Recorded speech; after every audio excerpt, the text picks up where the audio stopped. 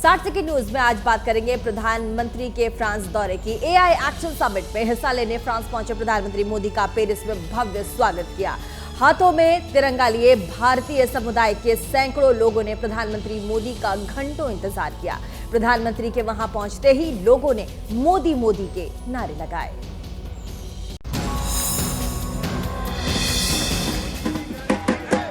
ढोल नगाड़ों की थाप, वंदे मातरम के नारे, मोदी मोदी की गूंज। पीएम मोदी के स्वागत की तस्वीरें आई फ्रांस के पेरिस से। यहाँ पीएम मोदी के पहुंचते ही भारतीय मूल के लोगों ने उनका भव्य स्वागत किया। पीएम मोदी के लिए लोगों ने गाना भी गाया। अरे भारत की आजादी का ये अमृत काल है, मोदी जब से आए तब से कर दिया कमाल है। चारों दिशाओं में वाणी ये गूंजी है, भारत आगे बढ़ेगा, मोदी की गारंटी है, मोदी की गारंटी।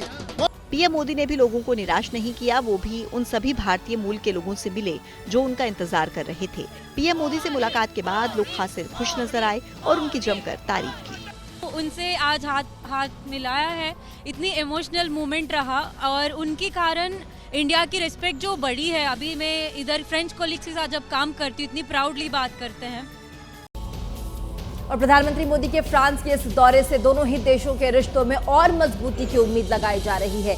एआई एक्शन शिखर सम्मेलन में शामिल होने पहुंचे नेताओं के सम्मान में राष्ट्रपति इमैनुअल मैक्रों ने डिनर का आयोजन किया है, जिसमें सबसे ज्यादा चर्चा प्रधानमंत्री मोदी की हो रही है। राष्ट्रपति मैक्रों ने प्रधानमंत्री मोदी का गर्मजोशी के साथ भव्य स्वागत किया। देखिए। प्रधानमंत्री नरेंद्र मोदी और फ्रांस के राष्ट्रपति इमैनुअल मैक्रों की मुलाकात ये गर्मजोशी भारत और फ्रांस के बीच भरोसे और दोस्ती का एक असाधारण उदाहरण है। एआई एक्शन समिट के लिए फ्रांस पहुंचे राष्ट्राध्यक्षों के सम्मान में राष्ट्रपति निवास एलिसी पैलेस में डिनर का आयोजन था और उसके लिए पीएम मोदी जब काले रंग की कार में एलिसी पैलेस पहुंचे तो फ्रांस के राष्ट्रपति उनके स्वागत के लिए खड़े थे, आगे बढ़े और पीएम मोदी को गले लगा लिया। दोनों नेताओं की बॉडी लैंग्वेज बता रही थी कि ये मुलाकात सिर्फ एक रस्म अदायगी भर नहीं थी, बल्कि इस बात का प्रमाण है कि विश्व कूटनीति और सामरिक रणनीति को लेकर दोनों देशों के रिश्ते कई ऊंचाई को छू रहे हैं। इससे पहले इमैनुअल मैक्रों ने सोशल मीडिया पर एक पोस्ट किया और देसी अंदाज में भारतीयों का स्वागत किया। भारत के लोगों को मेरी नमस्ते। मैक्रों ने ये क्लिप शेयर करते हुए लिखा, एआई एक्शन समिट में हमारे भारतीय दोस्तों का स्वागत है। साफ है कि प्रधानमंत्री मोदी का ये दौरा फ्रांस और भारत की दोस्ती में नया अध्याय लिखेगा।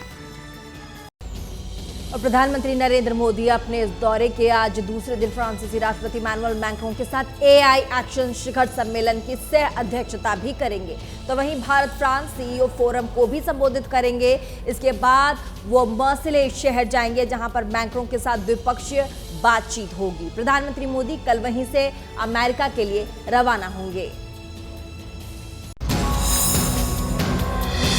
तकनीक की दुनिया में एआई ने बड़ी क्रांति ला दी है, इसलिए दुनिया भर के देशों के बीच एआई किंग बनने की होड़ लगी हुई है। फ्रांस में आज पीएम मोदी फ्रांसीसी राष्ट्रपति इमैनुअल मैक्रों के साथ एआई एक्शन समिट की सह अध्यक्षता करेंगे। समिट में दुनिया भर के लीडर्स आर्टिफिशियल इंटेलिजेंस के भविष्य, इसके इस्तेमाल और इससे जुड़ी चुनौतियों पर चर्चा करेंगे। एआई समिट में अमेरिका के उपराष्ट्रपति जेडी वेंस, ओपन एआई के सीईओ सैम ऑल्टमैन, माइक्रोसॉफ्ट के प्रेसिडेंट ब्रैड स्मिथ, गूगल के सीईओ सुंदर पिचाई, चीन के वाइस प्रीमियर झांग गुओकिंग शामिल होंगे। एआई समिट पेरिस के एक ग्रैंड पैलेस में आयोजित किया जा रहा है, जिसके अहम मुद्दे public service AI, future of work, innovation and culture, trust in AI, global governance of AI है। एआई समिट में दुनिया भर के नेता आर्टिफिशियल इंटेलिजेंस की चुनौतियों और खतरों को लेकर मंथन करेंगे। इस समिट का मकसद है कि एआई की क्षमता का उपयोग कैसे किया जाए ताकि इसके जोखिमों का समाधान हो और सभी को फायदा मिल सके। और पेरिस में हो रही एआई एक्शन समिट की भारत के लिहाज से काफी अहमियत है। अमेरिका और चीन के बीच एआई को लेकर के छिड़े युद्ध के बीच फ्रांस समेत दुनिया के कई देशों और कंपनियों को उम्मीद है कि इस नई तकनीक में भारत की भूमिका काफी अहम हो सकती है। देखिए। पेरिस में एआई एक्शन समिट की शुरुआत हो चुकी है। दुनिया भर के दिग्गज नेता और एआई सेक्टर से जुड़े टॉप चेहरे एकजुट हो रहे हैं। खास बात यह है कि भारत का हमेशा से ये मानना है कि आर्टिफिशियल इंटेलिजेंस का सही प्रयोग हो, इसका दुरुपयोग ना हो। समिट में एआई की चुनौतियों और उसके फायदों पर चर्चा होगी, लेकिन दुनिया में हर किसी की नजरें भारत की तरफ टिकी हैं, जिससे समझा जा सकता है कि एआई में भारत की अहमियत कितनी बड़ी है। कैसे हम इससे स्वास्थ्य की सेवाएं, शिक्षा की सेवाएं या किसानों को बेनिफिट दे सकते हैं, बट साथ साथ एआई से जो नुकसान हो सकता है, सारे लोग इकट्ठा होकर इस पे विचार विमर्श करते हैं। पेरिस में एआई एक्शन समिट में भारतीय स्टार्टअप कंपनी ने भी हिस्सा लिया है। एक्शन समिट सारे स्टार्टअप्स को, रिसर्च ऑर्गेनाइजेशंस को, गवर्नमेंट डेलीगेट्स को एक साथ लेके आ रहा है ताकि ये देख सकें कि कैसे इनोवेशंस हो सकें। समिट में एआई के बढ़ते दुरुपयोग पर भी मंथन किया जाएगा कि ऑनलाइन अपराध में इसके इस्तेमाल को कैसे रोका जाएगा। प्राइम मिनिस्टर मोदी खुद आ रहे हैं, फॉरेन मिनिस्टर जयशंकर आ रहे हैं, तो मुझे लगता है कि जो डिक्लेरेशन होगा उसमें ग्लोबल मेजॉरिटी के सवालों को जरूर उठाया जाएगा। और प्रयागराज महाकुंभ में कल माघ पूर्णिमा का स्नान है। श्रद्धालुओं का सैलाब करोड़ों की संख्या में प्रयागराज की तरफ कूच कर रहा है, जिसकी वजह से सड़कों पर भारी जाम लग गया। प्रयागराज के स्थानीय लोगों को भी भीड़ की वजह से मुश्किलों का सामना करना पड़ रहा है। संगम नगरी प्रयागराज और आसपास के शहरों में महाजाम के हालात बने हुए हैं।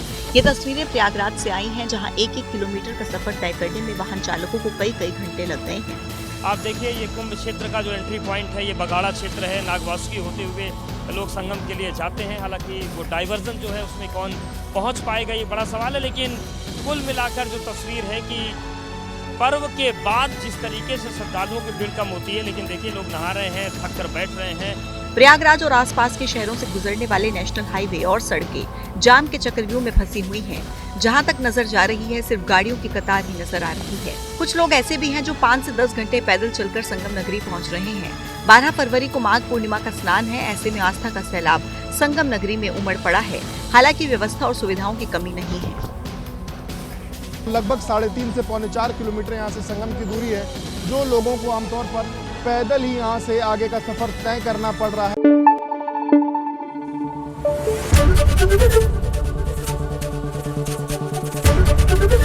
एबीपी न्यूज आपको रखे आगे।